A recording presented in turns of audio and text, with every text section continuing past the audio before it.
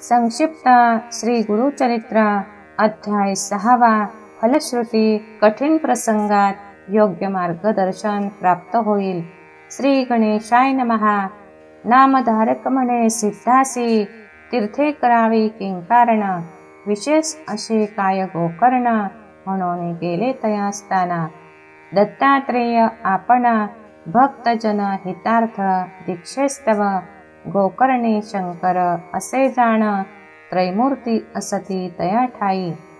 महाबळेश्वर लिंग स्वयंभू शिव, त्याचे आख्यान लंबोदरे प्रतिष्ठिले।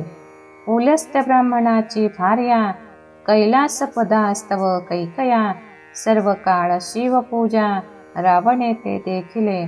एक दिन होती पूजित मृतिकेचे शिवलिंग, रावण म्हणे मातेसी कैलास आणून तुझ पासी, देईन हे निश्चयसी।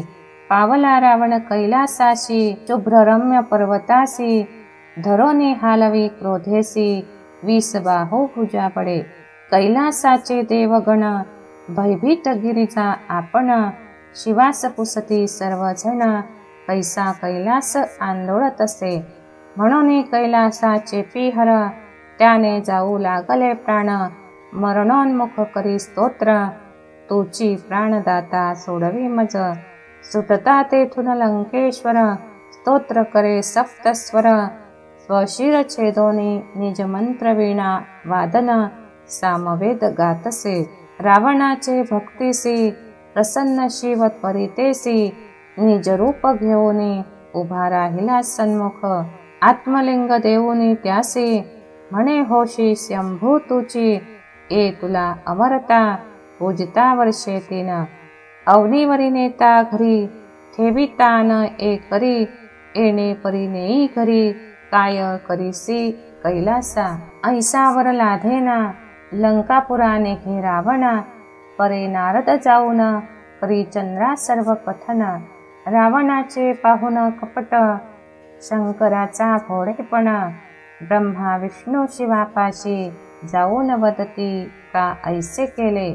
कधी दिले लिंग त्यासी 5 घटिका झाल्या त्यासी, उपाय करी नारायण धाडूनी सुदर्शन चक्र। बोलावून नारदासी सांगे जावे त्वरितेसी, मार्गी जाऊन तयासी जाऊन द्यावे लंकेसी। चक्र झाले सूर्या आड स्नान संध्या करील रावण, गणेशासी सांगे भगवान व्रतभंग करावा रावणासी। संध्या समयी रावण पाहुनी ब्रह्मचारी बालका, दे त्याच्या हाती आत्मलिंग म्हणे धरी मी येईस्तव। बालकाने धरिले आत्मलिंग म्हणे जड होता हा कतीन मारीन, वेळ लागलिया परियेसी आपण ठेवीन भूमीवरी। अर्घ्य देत होता रावण बालक म्हणे यावे त्वरित, जड झाले आत्मलिंग 3 वेळा तरी तो न ये, म्हणून ठेवी भूमीवरी। गणेशाने केले आत्मलिंग स्थापन, रावणा न हाले म्हणून झाले महाबळी गोकर्णासम। म्हणून गोकर्ण महाबळेश्वर आत्मलिंग। इति श्री गुरुचरित्र गोकर्ण महिमा वर्णन नाम 6ोऽध्याय समाप्त। श्रीकृष्णार्पणमस्तु।